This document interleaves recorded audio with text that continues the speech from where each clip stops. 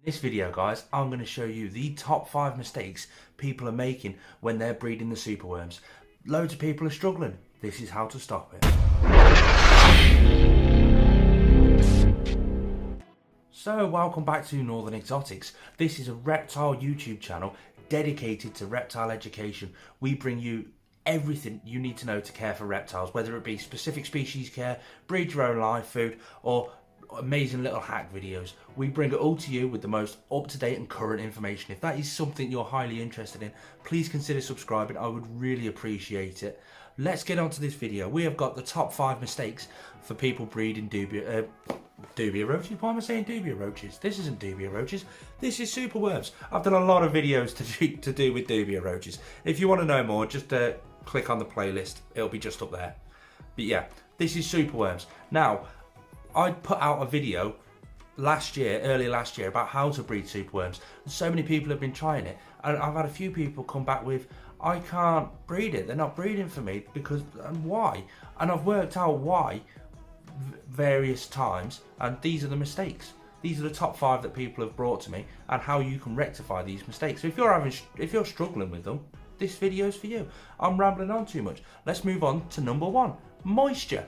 Whoa, this is a big one. Moisture is the biggest, by far. Everyone's making this mistake. Let me explain. So to pupate your superworms, you need to put them in little tubs. Me personally, I use these little 1 ounce deli cups, punch a tiny little hole in the top, put it in there, stick it in, and I'll put that somewhere dark, somewhere warm, and they'll pupate on their own.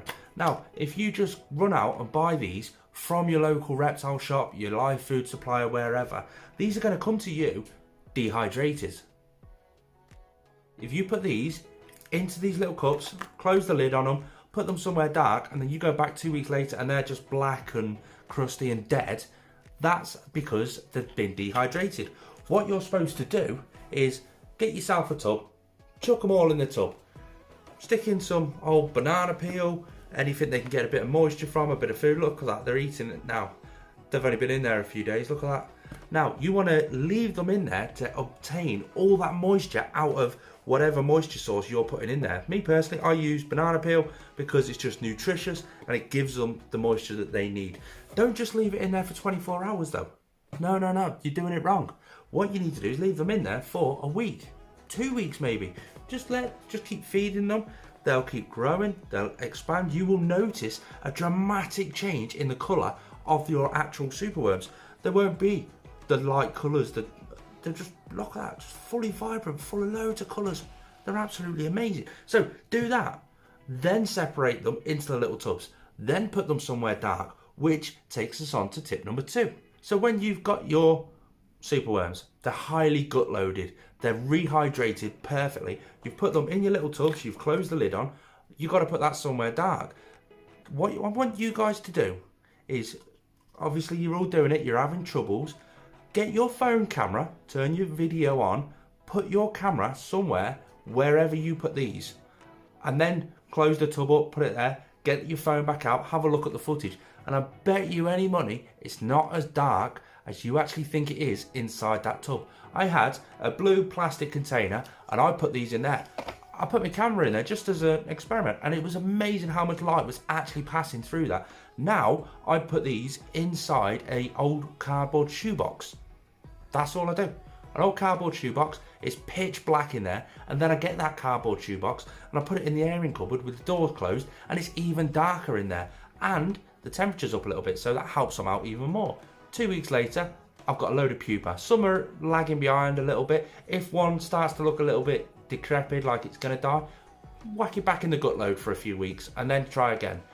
But that is it. You'll see there'll be a shed in there and a pupa.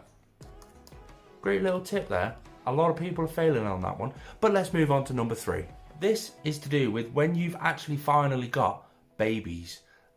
This is one that people struggle with all the time, and I struggled with it myself with this one until I sat back and thought about it while having a few tinnies, talking to a few friends, and one thing led to another.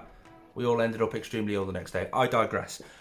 If you've got babies, or when you get babies, how are you giving them moisture or food? Are you just chucking a banana peel in, which is exactly what I did? If you are, then you're stuck in the same problem I had. all the babies couldn't get to that actual banana peel. Say the banana was here, but the babies, a load of babies were over here. It was these ones that were dying off. Yeah. So what I've done then is get the banana and I've grated it and sprinkled it throughout the whole enclosure. I've ran some around underneath and that lasts them about a week or so. I didn't grate a lot there, just enough to cope with them. Lo and behold, that instantly improved my hatch rate. Doing that one little thing really has helped the babies grow into fully fledged superworms, just like these guys. Now, this one is to do with the beetles. Now, what you need to realise here is in the wild, these beetles, the darkling beetles, they give off a little musk. I'm going to say musk. And that is a defence mechanism in the wild just to stop things eating them, basically. Well, they also do that in captivity. If you've got too many beetles in such a short space, they start all musting off. They're going to catch something between them. Something's going to happen to them. They're all going to start dying off eventually. So either have a much bigger tub or an absolute ton of surface area within that actual container that you're keeping the beetles in. Next little tip for the beetle enclosure, have a lid on it. Whether it be a vented lid or a normal lid with holes in it or something like that, make sure you've got a lid because these escape artists. They really are. To this day, since I've put a lid on my enclosure, I'm still finding beetles around. One day they'll all die off, but it's just not happening right now. Have a little lid on it, but also keep in mind you need an absolute ton of ventilation to allow that musk to escape from the enclosure. But then when the beetles die, why have they died? Did the beetles have a parasite inside them? Did they have some sort of disease inside them? You don't want your other beetles to eat that beetle, which is what they will do in the captivity that you've got them in. So if you see a dead one, get it out as quick as you can. It's better to be safe than sorry. A lot of people keep them in and they have great success. Me personally, I'm just OCD. I get them out for those reasons and those reasons alone. Let's go on to number 5. Before we go over there, I just want to show you this. Popcorn is mentally active ever since he's had the new infrared heat projector fitted. I'll do a review on that soon. If you want to see that, make sure you hit subscribe. Sorry about that, I know it's totally off topic, but his enclosure's just there. While I was filming, I saw it and I thought, oh, his head popped up. Oh, let's do that. Totally off topic. I know. Number 5. One of the reasons why your superworms aren't breeding. This is something that people don't think about. I'm not getting any babies, or are your beetles not actually breeding? Now there's a couple of things here. I mean, your beetles could well be breeding perfectly fine and the eggs are dropping, but then the beetles are eating the eggs. To accommodate that one and to sort of get around that one is use a deeper substrate. And if you've not got a big enough enclosure, shrink your enclosure down a little bit and then you've got a few more walking around and that vibration will drop the eggs down and your beetles will stop eating your eggs. That's just one way you can do it there. Or your beetles just might not be breeding altogether. To combat that is to go around, have a look at your temperatures or the humidity or your food source, or can the beetles actually find each other to mate? There's just a number of things you need to think about. So with the enclosure, make sure it's dark enclosure because they do prefer dark. If you can't provide a dark enclosure, provide an absolute ton of dark hiding places. Me personally, I stick an egg crate on the top of it all and they just love it under there and it works for me. Word of warning, if you do that, keep hold of that egg crate because they tend to lay on top of the egg crate and it falls inside. So I just get it, chuck it in a spare tub, eventually some start hatching. If you notice some, move them into your baby's enclosure. Sorted, jobs are good one for that one. The next piece is keep an eye on your temperatures. I personally do mine on my bearded dragon's basking spot, so I've got the kinetic heat running from his basking spot through into the actual enclosure above, which is the Superworm Breeding farm. That keeps it slightly warmer than room temperature, but it also gives a nighttime temperature drop, just like they'd have in the wild, because recreating their wild habitat can only benefit all round altogether, and it seems to be working perfectly fine for me. And then the next piece to think about with that, this is like 3-in-1 right now. I'm getting quite good at this sort of stuff. Make sure you've got enough food. Now, you've got to think like a beetle with this one.